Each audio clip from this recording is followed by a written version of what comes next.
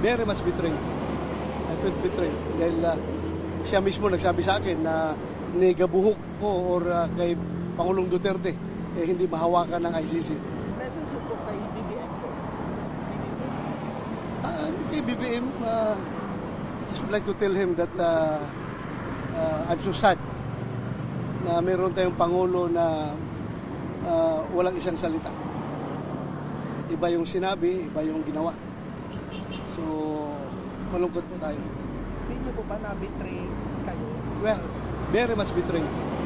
I felt betrayed dahil siya mismo nagsabi sa akin na nigabuhok ko or kay Pangulong Duterte hindi mahawakan ng ICC.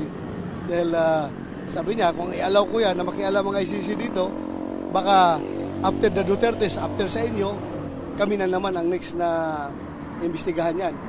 So, naniwala ako, pero iba ang nangyari ngayon. So, just so sad and frustrated na we are being betrayed by no less than the chief executive of this country.